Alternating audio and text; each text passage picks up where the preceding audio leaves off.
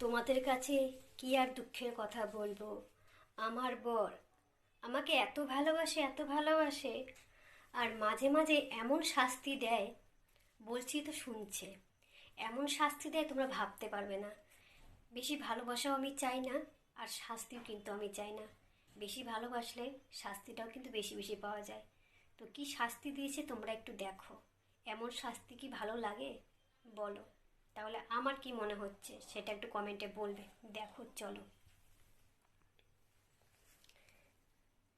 এই দেখো বন্ধুরা, শাস্তি দেখতে পাচ্ছ কেমন শাস্তি দিয়েছে?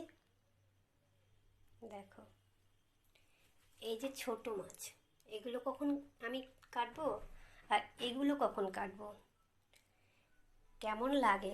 এখন বাজে কয়টা তোমাদেরকে দেখাচ্ছি বন্ধুরা।